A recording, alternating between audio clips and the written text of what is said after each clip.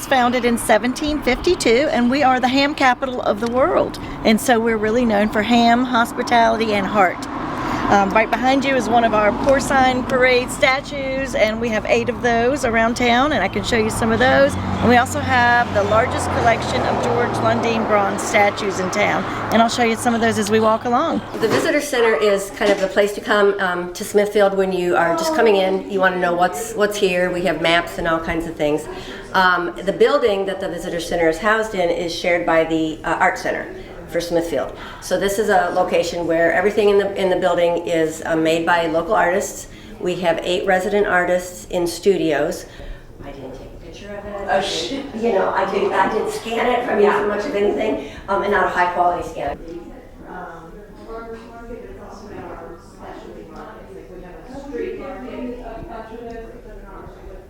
And these are just stickers. This is our 20th year.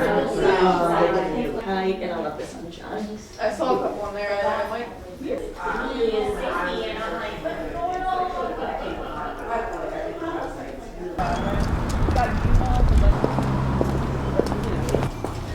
oh, I see. Yeah. Yeah. Hi. Full of antiques and chandeliers and jewelry. Yeah, a little bit of everything. We are at the Times Square. This is our gazebo where we hold lots of different events. We have a summer concert series that happens Memorial Day to Labor Day every Friday night.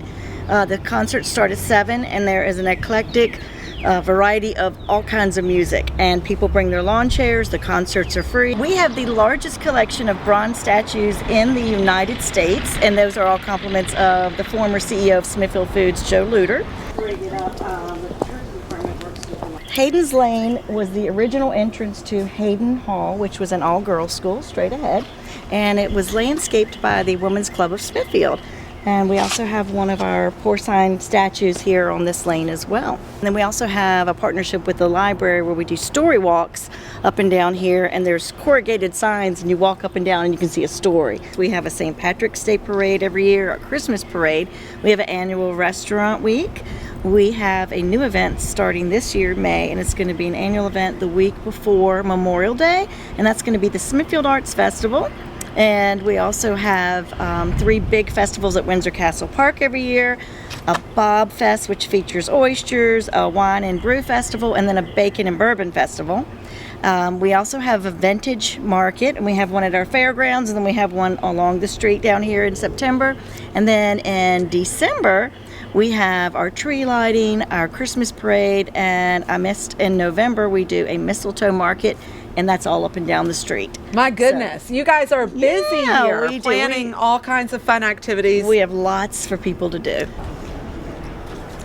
This is the 1750 courthouse, Isle of Wight County. The walls that you see and the brick that has been laid was laid in 1750. It was modeled after the courthouse in Williamsburg, which burnt down a year before in 1749. And then they kind of reconstructed it, so it's kind of unique.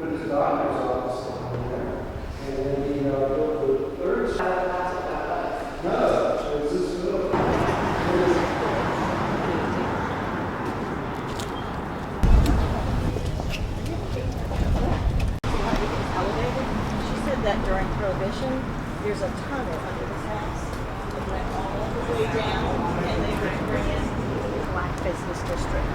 And then the white. Okay, so we are standing in the middle of Wharf Hill.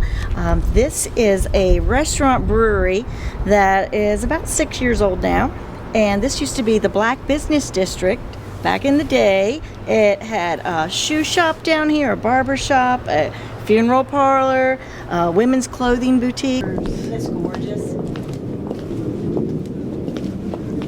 Christmas in Smithfield is an event that's hosted by the 1750 courthouse every year, and sometimes they have private home tours, and people can buy tickets and see the houses all decorated up for Christmas. Fantastic. Thank you. You're welcome.